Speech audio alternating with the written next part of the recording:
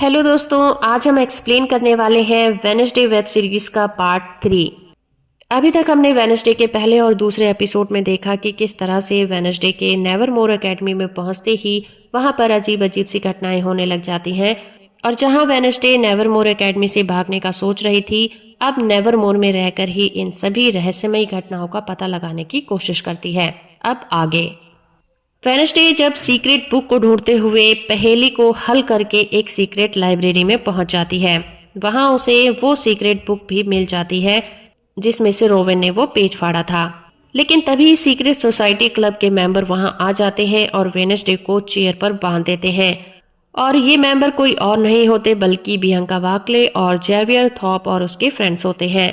सभी हैरान हैं कि आखिर वेडनेसडे वहां तक कैसे पहुंच गई है। जेवियर थॉप वेडनेसडे को सीक्रेट सोसाइटी मेंबर बनने के लिए कहता है क्योंकि वो भी अब उसका राज जान गई है। लेकिन वेडनेसडे उस सीक्रेट सोसाइटी का मेंबर बनने से मना कर देती है और बताती है कि वो सिर्फ सीक्रेट बुक को यहाँ पर ढूंढने के लिए आई थी और वहां से चली जाती है। अगले सीन में दिखाया जाता है कि वेडनेसडे अपने रूम में बैठी सोच रही होती है कि रोविन मर कर जिंदा कैसे हो गया। जंगल में राक्षस कौन है जो लोगों को मार रहा है, और इस सीक्रेट बुक में खुद वेडनेसडे एक पिलग्रिम के सामने क्यों खड़ी है, और वेडनेसडे के हाथों नेवरमोर एकेडमी को तबाह होने से कैसे बचाया जा सकता है। और सबसे बड़ा क्वेश्चन ये कि वो नेवरमोर एकेडमी को क्यों तबाह करेगी। इसके बाद दिखाया जाता है कि प्रिंसिपल विंस बच्चों को बताती है कि आउटरीच डे पर इस वक्त टाइम स्क्वायर पर एक मूर्ति की स्थापना होगी और नेवरमोर स्कूल के बच्चों के द्वारा वहां पर परफॉर्मेंस भी दी जाएगी। फिर मिस थॉर्नहिल बच्चों को उनके पासेस बांटती हैं। इनेट वेडनेसडे को कहती है कि उसे पिलग्रिम वर्ड मिला है, लेकिन वेडनेसडे को यूरायस हीप का पास मिला होता है जो कि एक एंटीक शॉप है। तभी प्रिंसिपल विंस वेडनेसडे को कहती हैं कि उसे समारोह में चैपर बजाना होगा क्योंकि वो चैपर बहुत अच्छा बजाती है। सभी बच्चे अब टाइम स्क्वायर पर पहुंच जाते हैं। तभी वेडनेसडे की नजर जेवियर थॉप पर पड़ती है जो एक खाली दीवार को घूर रहा होता है। वेडनेसडे उससे पूछती है कि वो खाली दीवार को ऐसे क्यों घूर रहा है। जेवियर थॉप वेडनेसडे को बताता है कि पिछले आउटरीच डे पर ये दीवार खाली नहीं थी। वेडनेसडे जेवियर से पूछती है कि क्या स्कूल से निकाले जाने के बाद रोविन से उसने बात की है। तब जेवियर उसे कहता है कि रोविन उसके किसी भी मैसेज का जवाब नहीं देता। तब वेडनेसडे कहती है कि रोविन मर चुका है, उसे राक्षस ने उसकी आंखों के सामने मारा था।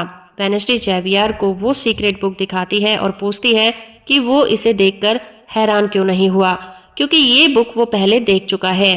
तब जेवियर वेडनेसडे को बताता है कि कुछ दिनों पहले ये बुक रोविन की डेस्क पर खुली हुई थी। तब जेवियर ने रोविन से बुक के बारे में पूछा तो रोविन उस पर नाराज हो गया था और दोनों में लड़ाई हो गई थी। उस तस्वीर को देखकर जेवियर वेडनेसडे से पूछता है कि वेडनेसडे इस तस्वीर में कैसे है क्योंकि ये जनरल तो तकरीबन 30 साल पहले छपा था और इसमें वो क्रैक स्टोन के सामने क्या कर रही है। क्रैक स्टोन के बारे में पूछने पर जेवियर वेडनेसडे को बताता है कि वो यहाँ की बहुत बड़ी हस्ती है। अगले सीन में दिखाया जाता है कि मेयर अपने बेटे के साथ शेरिफ से मिलते हैं और समझाते हैं कि आज इस समारोह में किसी भी तरह की कोई गड़बड़ नहीं होनी चाहिए। फिर मेयर और प्रिंसिपल विंस बच्चों को विश करते हैं कि वो सभी अपने अपने असाइनमेंट को पूरा करके 1 बजे लंच के लिए वहीं पर इकट्ठे हो जाएंगे। वेडनेसडे इनेट को अपना असाइनमेंट उसके साथ बदलने के लिए कहती है और इनेट को बताती है कि उसका पिलग्रिम वर्ड जाना बहुत जरूरी है। वेडनेसडे जब पिलग्रिम वर्ड पहुंचती है तब उसे वहां पर यूजीन मिलता है। पिलग्रिम वर्ड में उसका स्वागत मिस्ट्रेस ओलिन करती हैं और पिलग्रिम वर्ड में कुछ रूल्स और रेगुलेशन के बारे में भी बताती हैं और कहती हैं कि ये जेरिको का पहला पिलग्रिम प्रदेश है जहां इसके फाउंडर क्रैक स्टोन से रिलेटेड चीजें रखी गई हैं।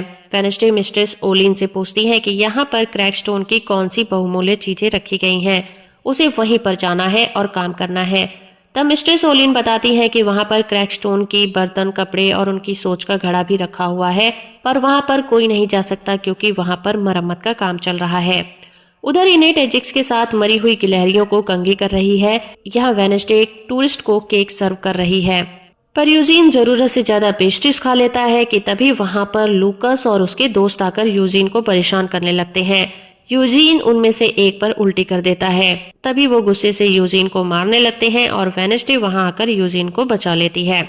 इधर मेयर और प्रिंसिपल विंस शेरिफ के कॉफी हाउस में बैठ जाते हैं और बातें करते हैं। तभी प्रिंसिपल विंस मिस थॉर्नहिल से मेयर की मुलाकात करवाती हैं, जिसे देखकर मेयर कहते हैं कि उन्होंने पहले उसे कहीं देखा है। उधर वेनेसडे यूजीन की हालत सुधारती है। यूजीन वेनेसडे को बताता है कि आज तक उसकी इतनी सेवा या इतनी हेल्प किसी ने नहीं की, ना ही उसकी कोई फ्रेंड है। तब वेनेसडे यूजीन से कहती है कि वो उसके भाई के जैसा है, बस यूजीन का गला दबाने का मन नहीं करता। तब वो यूजीन को अपने साथ चलने के लिए कहती है क्योंकि उसे क्रैकस्टोन की बहुमूल्य चीजों को देखना है।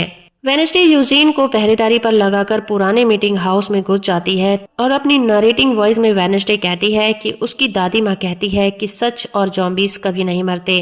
क्रैकस्टोन पता नहीं क्या छुपा रहा है, पर वेनेसडे का भविष्य उसके पास्ट में छुपा है जिसका उसे पता लगाना है। उसे दीवार में एक तस्वीर दिखाई देती है जिसमें वही लड़की उस किताब को लेकर खड़ी है जो उसे विजन में बार बार दिखाई देती है।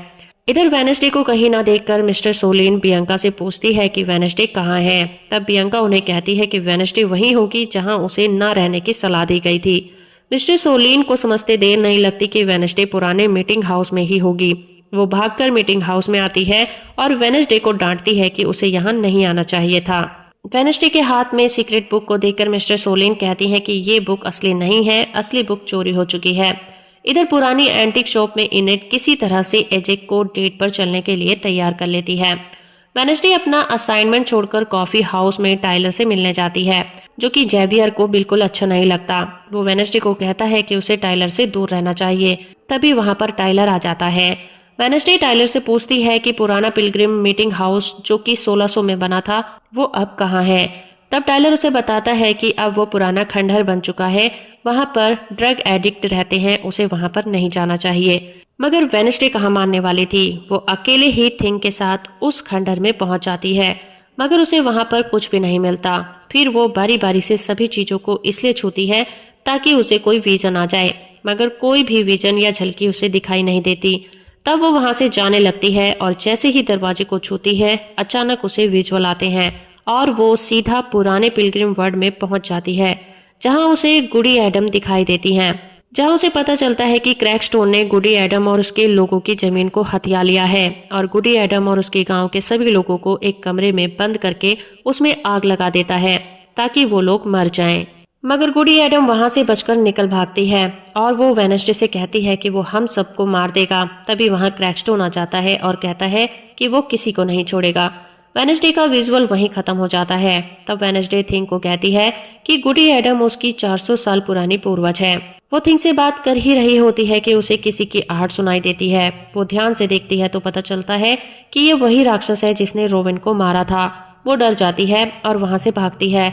जंगल में उसे राक्षस के पैरों के निशान दिखाई देते हैं। वो आगे चलकर इंसान के पैरों में बदल जाते हैं। तभी पीछे जेवियर आ जाता है और वो जेवियर से कहती है कि राक्षस कोई इंसान है। तब वेनेसडे को यकीन आ जाता है कि रोवेन सही कह रहा था कि कुछ गलत होने वाला है और वेनेसडे को उसे रोकना होगा। अगले सीन में दिखाया जाता है कि वेनेसडे जोसेफ क्रैकस्टोन के पुतले के सामने वायलिन बजाती है, मगर थिंग क्रैकस्टोन के पुतले में आग लगा देता है और सभी लोग वहां से डरकर भाग जाते हैं। प्रिंसिपल विंस पुतले के जल जाने से बहुत नाराज और परेशान है और वो अच्छी तरह से जानती है कि इस सब के पीछे वेनेसडे का ही हाथ है, मगर कोई ठोस सबूत न होने की वजह से वो वेनेसडे को सच बताने के लिए कहती हैं। वेनेसडे इन सब में अपना हाथ होने से साफ मुकर जाती है। अगले सीन में एक पागल बूढ़ा आदमी कैमरे में सेल डाल रहा होता है। कैमरा ऑन होता है तभी वहां पर राक्षस आ जाता है और उस बूढ़े आदमी पर हमला कर देता है, मगर कैमरा ऑन होने की वजह से कुछ फोटोज क्लिक हो जाती हैं। इधर इनेट एजेक से डेट पर जाने की तैयारी कर रही होती है। वेनेसडे भी अपना नॉवल पूरा कर रही है और एजेक्स अपनी ही परछाई आईने में देखकर स्टोन बन जाता है और डेट पर नहीं जा पाता। इनेट गुस्से से पागल हो जाती है। उधर बूढ़े आदमी की डेड बॉडी के पास कैमरा शेरिफ को मिल जाता है, जिसमें राक्षस की एक पिक्चर भी कैप्चर हो गई है। अब फाइनली शेरिफ को पता है कि राक्षस दिखने में कैसा है, पर जेवियर की गर्दन पर किसी के पंजों के निशान हैं। ये निशान कहाँ से आए ये हमें पता चलेगा अगले एपिसोड में। तो हम मिलेंगे वेडनेसडे के चौथे एपिसोड के साथ अगले वीडियो में। होप कि आपको ये वीडियो पसंद आया होगा। वीडियो को लाइक और चैनल को सब्सक्राइब करना बिल्कुल मत भूलें।